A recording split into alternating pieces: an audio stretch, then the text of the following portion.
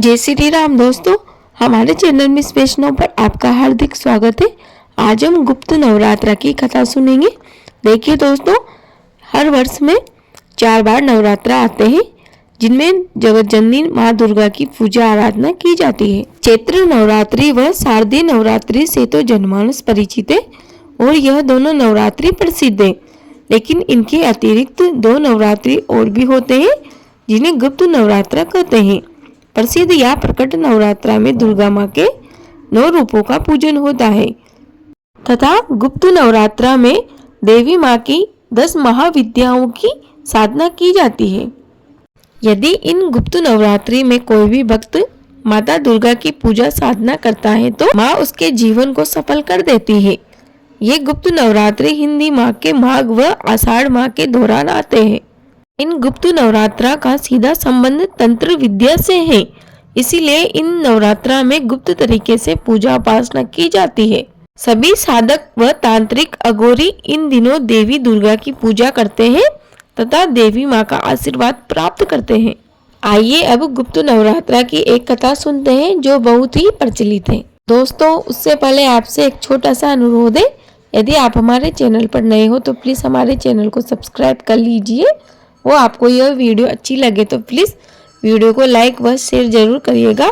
Comment box में जय श्री राम अवश्य लिखिएगा। प्रेम व श्रद्धा से बोलिए जय माता दी। बहुत समय पहले की बात है। एक गांव में पति पत्नी रहा करते थे। वह दोनों पति पत्नी एक दूसरे से बहुत अधिक प्रेम किया करते थे। गरीब स्थिति होने के कारण वह दोनों साथ में मजदूरी किया करते। वह अपना घर चलाया करते थे। दोनों जने सुबह घर से निकलते व शाम को मेहनत मजदूरी करके घर लौटते। वह 2 टाइम का खाना खाकर सो जाते। इस तरह से उनका जीवन व्यतीत हो रहा था। उनका जीवन बड़ी कुशलता से बीत रहा था कि परंतु कुछ समय बाद उसका पति धीरे धीरे बुरी संगत में पड़ने लगा। दिन ब दिन उसका उठना बैठना बुरी संगत वाले लोगों के साथ होता गया और उसके आचरण भी बदल गए। अब वह अपनी पत्नी से रोज लड़ाई झगड़ा करता और जितना कमाता उन पैसों से जुआ खेलता तथा शराब पीता।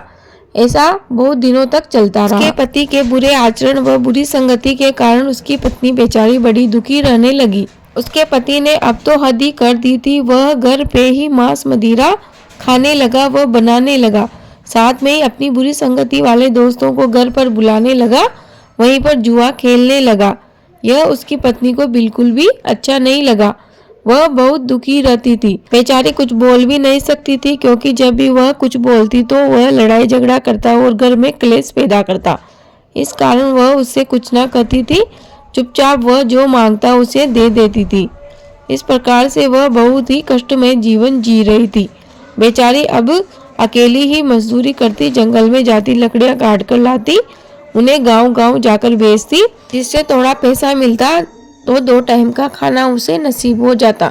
उनके घर के हालात अब ऐसे हो चुके थे कि सुबह का खाना मिल गया तो शाम के खाने का ठिकाना नहीं रहता था। वह देवी माँ की बहुत बड़ी भक्त थी और उनकी रोजाना पूजा सेवा किया करती थी। क्योंकि अब उसका पति घर पर ही मांस बनाया करता था, वह खाया करता था, मदिरा पान किया करता था, जिसके कारण उसका घर पूरी तरह भ्रष्ट हो चुका था।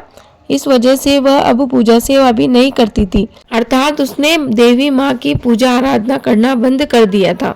एक दिन वह जंगल से लकड़ी काट कर आ रही थी कि गांव के बाहर बहुत सारे लोगों की भीड़ लगी हुई थी।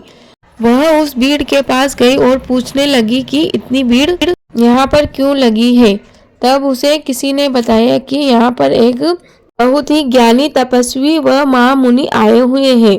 इतना सुनकर उसने लकड़ी का गट्टर एक तरफ रख दिया और भीड़ में से निकलकर वह उन ऋषि के पैरों में जा पड़ी और कहने लगी, आप मुझ पर कृपा कीजिए।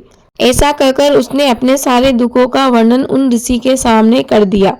वह ऋषि उस महिला के भक्ति भाव से बहुत ही प्रभावित हुए और उन्होंने उस स्त्री को आदर पूर्वक उपाय बतलाते हुए कहा कि वासंतीय और शारदीय नवरात्रा से तो सभी लोग परिचित है, लेकिन इनके अतिरिक्त 2 नवरात्रि और भी हैं जिन्हें गुप्त नवरात्रि के नाम से जाना जाता है। ऋषि ने आगे कहा कि लोभी, कामी, वेश्नी, महाशारी अथवा पूजा पाठ न कर सकने वाला भी यदि गुप्त नवरात्रा में माता की पूजा करता है तो उसे जीवन में कुछ और करने की आवश्यकता नहीं रहती।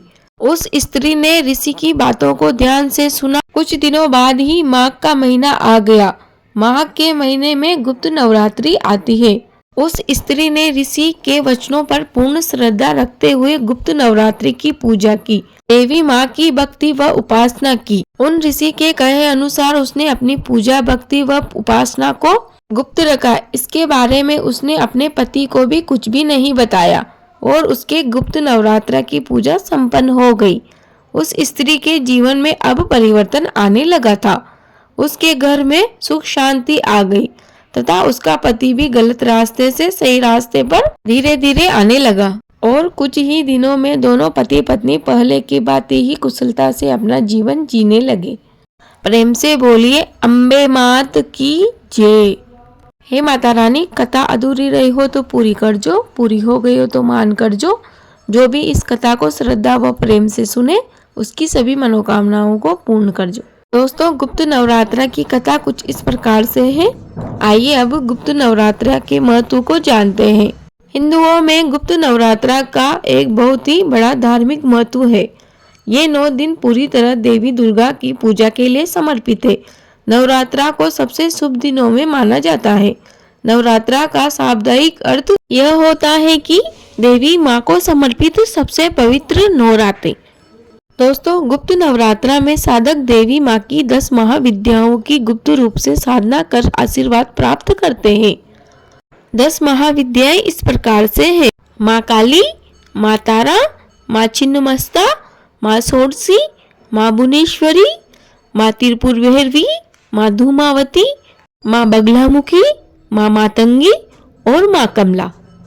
मान्यता है कि इन 10 महाविद्याओं की पूजा करने से व्यक्ति को विशेष सिद्धियों की प्राप्ति होती है। देवी भागवत महापुराण में माँ दुर्गा की पूजा के लिए इन चारों नवरात्रियों का उल्लेख मिलता है। माघ माह के शुक्ल पक्ष की प्रतिपदा तिथि से नवमी तिथि तक गुप्त नवरात्रि मनाई जाती है तथा देवी माँ की गुप्त रूप से पूजा आराधना की जाती है। आइए अब जानते हैं कि इस बार माघ माह की नवरात्रा कब प्रारंभ हो रही है, यह कितने दिनों तक मनाई जाएगी। हिंदू पंचांग के अनुसार माघ माह की गुप्त नवरात्रि 10 फरवरी 2024 दिन शनिवार से आरंभ होगी, जिसका समापन 18 फरवरी 2024 दिन रविवार को होगा। इस प्रकार यह नवरात्रि पूरे 9 दिनों तक मनाई जाएगी।